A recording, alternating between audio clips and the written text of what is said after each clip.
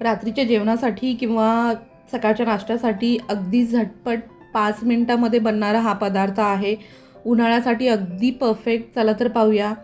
मी 3 वाट्या ज्वारीचं पीठ घेतलं आहे, त्यात अर्धी वाटी रवा घ्या. आता हा जाडा रवा आहे आणि अर्धी वाटी बेसन. तुम्ही हवं तर गव्हाचं पीठही वापरू शकता. आता ह्याच्यात पाणी टाकून मिक्स करून घ्यायचं आहे. आता मी 3 वाटी पीठ घेतलं होतं, त्याला 2 ते 2.5 वाट्या पाणी लागेल. पाण्याचं प्रमाण फिक्स नाही आहे. रवा किंवा जाड किंवा बारीक असेल त्यानुसार आपल्याला पाणी कमी जास्त लागू शकतं, किंवा पीठही जुनं किंवा नवं असेल त्यानुसार. हे पहा.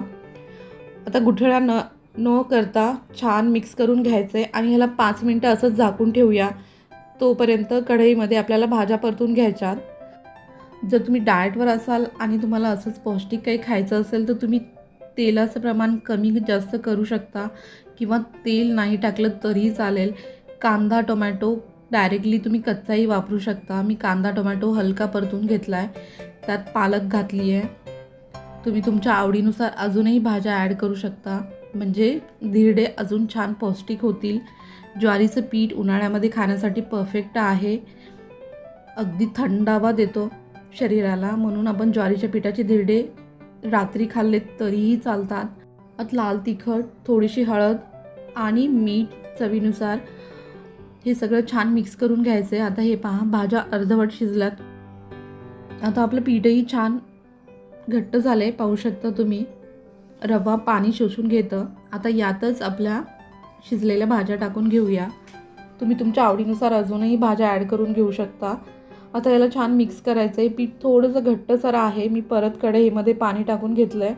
परत अर्धी वाटी पाणी टाकलं आहे. नेहमी आपण जसं धिरड्याचं पीठ करतो त्याच प्रकारची कन्सिस्टन्सी करायची आहे. हे पहा, डोशाच्या पिठापेक्षा थोडंसं अजून पातळ करा, म्हणजे धिरडे छान पातळ येतात. पीठ थोडंसं घट्ट केलं तर धिरडे जाडसर येतात, आणि पातळ केलं तर छान पातळ येतात आणि कुरकुरीत होतात. तव्याला संपूर्ण तेल लावून घ्या आणि छान गरम करून घ्या. गरम तव्यावरती हे पहा, मस्त अशी जाळी येते आहे. जेव्हा आपण धिरडं टाकू तेव्हा तवा थोडासा हाय फ्लेमवरच टाका आणि नंतर मीडियम गॅसवरती ह्याला भाजून घ्या, म्हणजे जाळी छान येईल. आता थोडंसं वरतून तेल टाकलं तरीही चालेल, किंवा तुम्हाला तेल नाही वापरायचं तरीही चालेल. हे पहा, आता 2 मिनटानंतर वरचं पूर्ण ड्राय झालेलं आहे. आता या आपल्याला परतून घ्यायचं आहे ह्या धिरड्याला. खालून छान जाळी आली आहे. तुम्ही शिजवताना मीडियम गॅसवरती शिजून घ्या, म्हणजे खमंग शिजेल. आणि व्हिडिओ आवडल्यास लाईक, शेअर, सबस्क्राईब करायला विसरू नका. थँक्यू.